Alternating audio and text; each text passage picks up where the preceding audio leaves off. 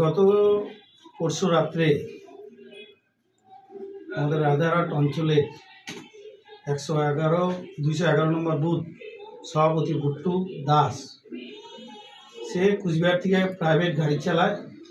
গাড়ি চালিয়ে বাড়িতে যাওয়ার পথে রাত্রি আনুমানিক 10টার সময় সেখানে তৃণমূলের হারমাত ওমর আলী রাস্তায় মোটরসাইকেল নিয়ে দাঁড়ায়। বলছে, তুই বিজেপির বুথ সভাপতি, এত রাত্রে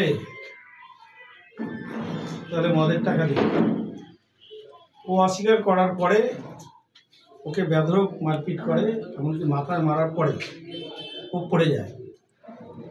পড়ে যাওয়ার পরে ওর উপর দিয়ে মোটর সাইকেল চালিয়ে দেয়। ওই অবস্থায় নাকে মুখে রক্ত বের হওয়ার পরে গ্রামের সমস্ত লোক ছুটে আসে এবং শিলা নার্সিংহোমে ভর্তি করে। আজ পর্যন্ত তার জ্ঞান ফিরে।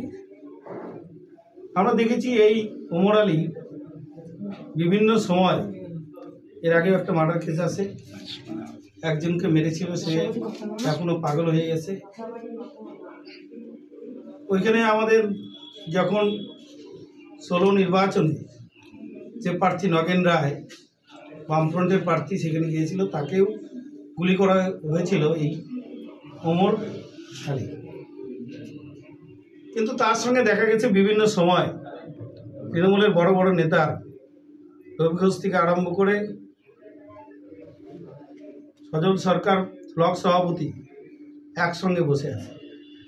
এদের প্রশ্রয়ই আজকে ওমর আলী এমন একটা জায়গায় পৌঁছে গেছে যে আমাদের সন্দেশকারীর যে ঘটনাকেও ছাড়িয়ে যায়।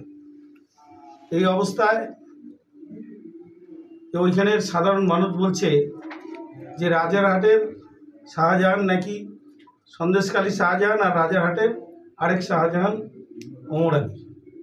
অনেক ঘটনা ওর, কিন্তু শুধু এই শাসক দলের প্রশ্রয়ই এত বড় ঘটনা ঘটাতে পেরেছে বারবার। আমরা আজকে দেখছি, আজকে ওটি হবে, অপারেশন হবে, দেখা যাক। আমি এডিশনাল এসপি ডিএসপিকে ফোন করেছিলাম, ওসিকে ফোন করেছি। ওসি এবং ডিএসপি বলছে যে আমরা খুব তাড়াতাড়ি ওকে অ্যারেস্ট করার ব্যবস্থা করব, আর সেটা বলার জন্য আমরা অপেক্ষায় আছি। দেখি কতদিন হয়, কদিন লাগে অ্যারেস্ট করতে, আর না হলে আমরা থানা ঘেরাও থেকে আরম্ভ করে সমস্ত কিছু